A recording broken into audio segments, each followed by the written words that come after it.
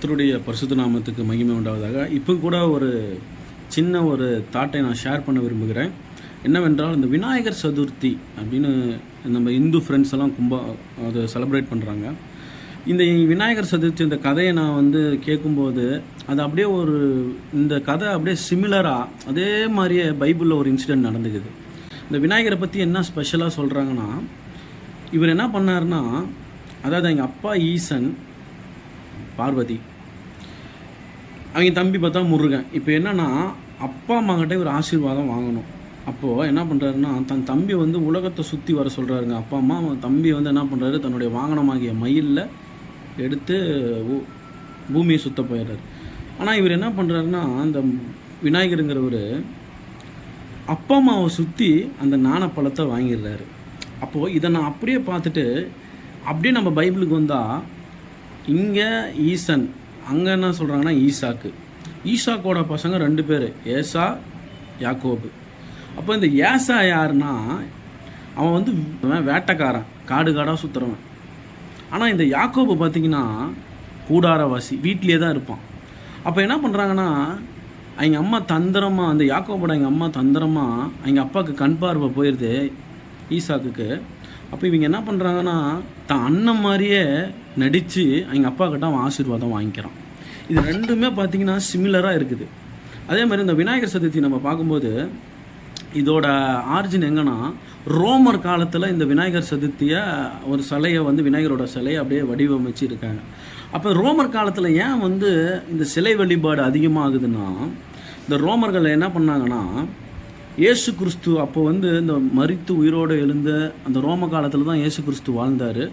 அப்போ தான் ஒரு அற்புதங்கள் அடையாளங்கள் செய்கிறாரு. அப்போ என்ன ஆகுதுன்னா, அந்த ரோமர் காலத்தில் யூதர்கள் ரோமர் கீழே இருந்தாங்க. அந்த ரோமர் கீழே தான் இருக்கணும், ராஜா தான் கடவுளாக பார்ப்பாங்க. அந்த ஒரு முறை இருந்துச்சு, அவங்க சிலை வழிபாடு தான் பண்ணுவாங்க. அப்போ என்ன ஆச்சுன்னா, இந்த இயேசு கிறிஸ்துவோட புகழ் பரவுதுங்கிறதுனால, இயேசு கிறிஸ்து புகழ் பயங்கரமாக பரவுதுங்கிறதுனால அடக்கிறதுக்காக அவங்க நிறையா சிலை வழிபாடை நிறையா கடவுள்களை உருவாக்க ஆரம்பித்தாங்க. சரி, இது ஒன்று. ரெண்டாவது என்னென்னா, எப்போ இந்த சிலை வழிபாடு அதிகமாச்சு, கடவுளை ஒரு ரூபத்தோட ஒரு மிருகங்களோட ஒப்பிட ஆரம்பித்தாங்கன்னா, அதாவது இருண்ட காலம், இன்டர் டெஸ்டமெண்ட் பீரியடும்பாங்க. அதாவது இருண்ட காலம். அந்த இருண்ட காலம் எப்போன்னா, அதாவது புதிய ஏற்பாடு, பழைய ஏற்பாடு. இந்த புதிய ஏற்பாட்டுக்கும் பழைய ஏற்பாட்டுக்கும் கால நடுவில் 400 வருஷம் ஒரு இடைவேளை இருக்குது. அந்த 400 வருஷத்தை ஏன் ஒரு இருண்ட காலம்னு சொல்கிறாங்கன்னா, அதாவது பழைய ஏற்பாட்டு காலத்தில், அதாவது கடவுள் எப்படி பேசினார்னா, அதாவது ஒரு தீர்க்கதரிசியில் ஒரு பர்சனை, ஒரு உண்மையாக கடவுளுக்கு பயந்து இருக்கிறவனை தேர்ந்தெடுத்து அவன் மூலிமா கடவுள் மக்கள்கிட்ட பேசுவார். ஆனால் இந்த இன்டர் டெஸ்டமெண்ட் பீரியட் என்ன ஆச்சுன்னா, அந்த கடைசி மல்கியாலேருந்து மத்தேயு வரைக்கும் நடுவில் இயேசு பிறக்கிறது வரைக்குமே இருண்ட காலமாக இருந்துச்சு. ஏன்னா கடவுள் யாருக்கிட்டையுமே பேசலை, சைலண்ட் ஆகிட்டார். ஒருத்தர்கிட்ட கூட பேசலை. கடவுள் என்ன பண்ணுறாரு, யாருக்கிட்டையும் பேசாத சைலண்ட்டாக இருந்ததுனால அது என்ன ஆச்சுன்னா இருண்ட காலம்னு சொல்கிறாங்க. அந்த இருண்ட காலத்தில் என்ன நடக்குதுன்னா, நிறைய தத்துவ ஞானிகள் வராங்க. ஏன்னா கடவுளே இல்லை, கடவுள் பேசவே இல்லை, வழி நடத்தலை, மக்களை நலிவடுத்தலை. ஏன்னா ஒரு ஜென்ரேஷன் என்ன பண்ணுவாங்கன்னா, கடவுள் நடத்தினதை சொல்லுவாங்க. அதாவது யூதர் காலத்தில் எப்படின்னா, கடவுளை பற்றி அவங்க கடவுள் எப்படி நடத்தினார், பிதாவாகிய தேவன் எப்படி நடத்தினாருன்னு அவங்களுக்கு சொல்லிக் கொடுப்பாங்க. நம்ம கடவுள் இப்படி தான் நம்மளை வழி நடத்தினாருன்னு. ஆனால் காலங்கள் கடவுள் சைலண்டாக இருந்ததுனால என்ன ஆச்சுன்னா, அவங்க அதை அப்படியே மறக்கிறாங்க. அப்போ என்ன ஆச்சுன்னா, 4 ஜென்ரேஷனாக கடவுள் யார்கிட்டையும் பேசாததுனால என்ன ஆச்சுன்னா, அவங்க ஒரு தத்துவத்தை உருவாக்குறாங்க. சாக்ரட்டிஸு, இந்த மாதிரி பிளேட்டோ, இந்த மாதிரி நிறையா தத்துவ ஞானிகள் வராங்க. அவங்க யூதர கலாச்சாரத்தோடு இணைஞ்சு அது மாதிரி நடக்குது. அப்போ இவங்க தத்துவங்கள் இவங்களா உருவாக்குறாங்க. கடவுள் இப்படி தான் இருப்பார் அப்படின்னு. ஏன்னா கடவுள் தான் பேசலை, அதனால் என்னாச்சுன்னா, கடவுள் இப்படி தான் இருப்பார், தங்களுக்கு தானே ஒரு உருவங்களை, கடவுளுக்கு ஒரு உருவங்களை கொடுக்க ஆரம்பிக்கிறாங்க. அப்போ பரவுது. அப்போ இந்த இருண்ட காலம் முடிகிற ஸ்டேஜில் கடவுள் அவர் வாக்குத்தத்தம் பண்ண தன்னுடைய பிள்ளையை மேசையா கீழே வரும்போது இவங்களால ஏற்றுக்கொள்ள முடியல. அப்போது இந்த ஞானிகள் சொன்னதெல்லாம் பொய்யாயிருமோ, அப்படிங்கிறதுனால இயேசுவை யாரும் ஏற்றுக்க கொள்ளவில்லை. அப்போ தான் சிலை வழிபாடு வருது. அப்போ இயேசு வந்து அதிக அற்புதங்கள் அடையாளங்கள் செய்ததுனால ரோமபுரிக்கு கீழே யூதர்கள் இருந்ததுனால இவரோட பேர் புகழ்ச்சி பெறுகிறதுனால அவங்களால ஏற்றுக்கொள்ள முடியல. அப்போ ஏற்றுக்கொள்ள முடியுமோ இல்லைங்கும் போது தான் இதுலேருந்து இந்த சிலை வழிபாடுலேருந்து வந்தது தான் உலகம் ஃபுல்லாக பரவுது சிலை வழிபாடு. அப்போது இதை எப்படி நீங்கள் உறுதியாக சொல்கிறீங்க பிரதர் அப்படின்னு நீங்கள் கேட்டிங்கன்னா, அப்போது வசனம் தெளிவாக சொல்கிறது, காணாமல் போன இஸ்ரவேலர்களை தேடி நான் வந்தேன்னு இயேசு சொல்லுவார். காணாமல் போன இஸ்ரவேலர்கள்னால் அதாவது ரோம காலத்தில் என்னன்னா இஸ்ரவேல் தேசத்துலேருந்து இஸ்ரவேலர்கள் சிதறடிக்கப்படுறாங்க. அப்போ இந்த தீர்க்கதரிசனம் சொல்லுது எல்லா இஸ்ரவேலும் ஒன்றா சேர்ற ஒரு நேரம் வரும் அப்படின்னு சொல்கிறாங்க. வாக்குத்தத்தம் சொல்லுது சிதறப்பட்ட யூதர்களுக்கு. அதனால தான் தன்னுடைய சீஷர்களில் 12 பேரில் ஒருத்தர் தோமாவை வந்து இந்தியாவுக்கு ஆண்டவர் அனுப்புனார். அப்போது எதுக்காக அனுப்புனார்னா யூதர்கள் இந்தியாவிலையும் இருந்தாங்க, சிதறடிக்கப்பட்ட யூதர்கள். இந்த யூதர்களில் எந்த கோத்திரம் இந்தியாவுக்கு வந்துச்சுன்னா லேவி கோத்திரம் வந்துச்சுன்னு சொல்கிறாங்க. இந்த லேவி கோத்திரம் யாருன்னா 12 கோத்திரத்துக்கு ஆண்டவர் வந்து கடவுள் வந்து ஆசீர்வாதத்தை பிரித்து கொடுத்ததுக்கு. ஆனால் இந்த லேவி கோத்திரத்தை மட்டும் தனக்குன்னு கடவுள் தெரிந்து கொண்டார். ஏன்னா இந்த லேவி கோத்திரம் மட்டும்தான் கோயிலுக்குள்ளே போகணும். அப்போது அவங்க மட்டும்தான் கோயிலுக்குள்ளே போய் பூஜை பண்ணணும். அதாவது பூஜைனா ஆண்டவருக்கான தூபம் காட்டணும், எல்லா முறையுமே பண்ணணும். மற்ற 11 கோத்திரமும் வெளியே தான் இருக்கணும். அதை தான் இப்போ வந்து யார் பண்ணுறாங்கன்னா இந்த பிராமின்ஸ் பண்ணுறாங்க. இந்த கலாச்சாரம் எல்லாமே யூதரோட கலாச்சாரம். எப்படி வந்துச்சுன்னா இவங்க சிதறடிக்கப்படும் போது இந்த லேவி கோத்திரம், அதாவது யூதர்களுக்கு வந்து ஒரு பூசாரி மாதிரி இருக்கிறாங்க பார்த்தீங்க, ப்ரீஸ்ட் அப்படிம்பாங்க. அந்த ப்ரீஸ்ட் யூத கலாச்சாரத்தில் லேவி கோத்திரம் மட்டும்தான் கோயிலுக்குள்ளே போகணும். அப்போ பழைய ஏற்பாடு காலத்தில் அவங்க மட்டும்தான் எல்லாம் பண்ணுவாங்க, அவங்க மட்டும்தான் கடவுள்கிட்ட போவாங்க, மற்றவங்கெல்லாம் வெளியே நிற்கணும். கடவுள் என்ன சொல்கிறாரோ அவங்க வந்து மக்கள்கிட்ட சொல்லுவாங்க. இது எல்லாமே பழைய ஏற்பாடு காலத்தில் இருந்துச்சு. அந்த லேவி கோத்திரம் அந்த கோயிலில் பூஜை பண்ணிட்டு இருந்த அந்த லேவி கோத்திரம், உங்களுக்கு புரிகிற மாதிரி சொல்கிறோம், கோயிலில் பூஜை பண்ணியிருந்த லேவி அந்த கோத்திரம் என்ன பண்ணுதுன்னா இந்தியாவுக்கு ஷிஃப்ட் ஆகிறாங்க சிதறடிக்கு போகும்போது.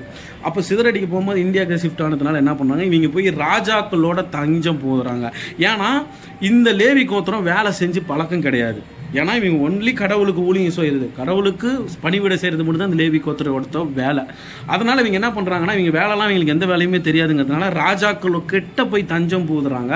அப்போ இவங்க என்ன பண்ணுறாங்கன்னா இவங்களோட கலாச்சாரத்தை, அந்த லேவி கோத்திரத்தோட கலாச்சாரத்தை என்ன பண்ணுறாங்கன்னா ராஜாக்களை, ஏன்னா இந்தியாவில் எப்படின்னா ராஜாக்களை தான் கடவுளாக கும்பிடணும் அந்த காலகட்டத்தில். அப்போ என்ன ஆகுதுன்னா ராஜாவை வந்து அந்த யூத முறைமையை வந்து ராஜாக்களை கடவுளாக கொண்டு வந்து அந்த யூத முறைமையை வந்து அப்படியே இவங்க ராஜாவை கடவுளாக்கி அந்த யூத முறைமைகளை மட்டும் இதில் வச்சு அப்படியே முடிச்சிட்டாங்க. அதனால தான் பார்த்தீங்கன்னா இன்னமும் பிராமின்ஸ் மட்டும்தான் உள்ளே போவாங்க கோயிலுக்குள்ளே. இது எல்லாமே யூத கலாச்சாரம். அதே மாதிரி தீட்டுப்பட்டவ வந்து, அதாவது ஒரு பொண்ணு வந்து ரத்தத்தினால உதிரிப்போக்கம் ஆகுது, அதாவது இயற்கை உபாதி அந்த இது நடந்துச்சுன்னா, பீரியட்ஸ் டைம் வந்துச்சுன்னா கோயிலுக்குள்ளே போகக்கூடாது, பூஜை. இது எல்லாமே யூதர் காலத்தில் பழைய ஏற்பாடு காலத்தில் கடவுள் கொடுத்த நியமதே, தீட்டுப்பட்டவ அப்படிங்கிறது.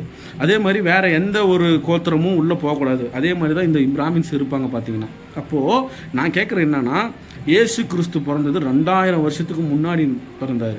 ஆனால் வரலாறு சொல்லுது, என்ன சொல்லுதுன்னா இந்த விநாயகர் சதுர்த்தி எப்போ ஆரம்பிக்கப்பட்டதுன்னா 17ஆம் நூற்றாண்டில் ஆரம்பிக்கப்பட்டது. யாராவதுனா சிவாஜிங்கிற ஒரு ராஜாவால் ஆரம்பிக்கப்பட்டுக்குது.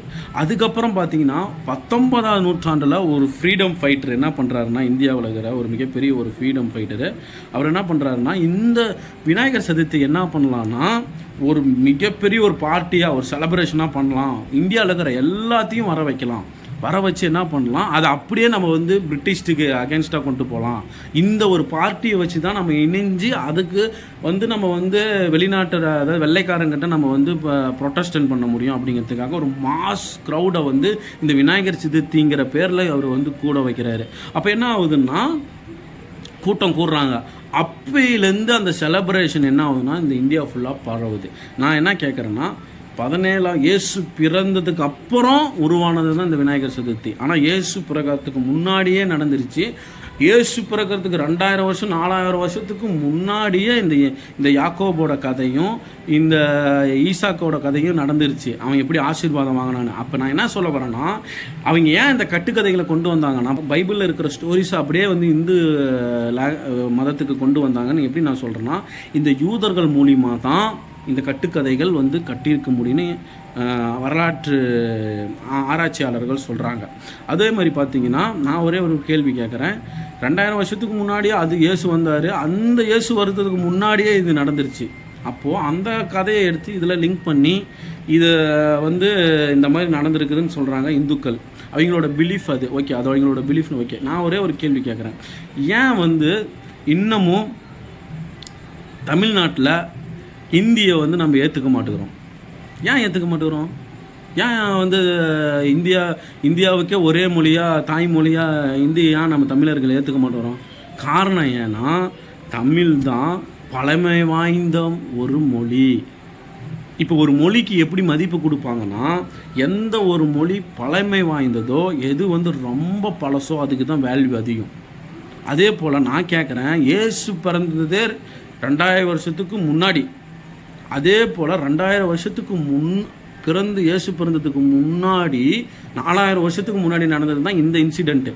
இந்த ஈசாக்கு இந்த யாக்கோபு வந்து எப்படி ஆசீர்வாதம் அப்பா அம்மா கிட்ட வாங்கினாங்கிறத அதை வந்து 17ஆம் நூற்றாண்டில் வந்து கொண்டு வந்து அந்த ஸ்டோரி எப்படி இணைச்சா இப்போ எது வந்து நம்ம ஏற்றுக்கொள்ள முடியும் அப்படிங்கிறத நீங்கள் தான் வந்து யோசித்து சொல்லணும். ப்ரைஸ் தி லார்ட்.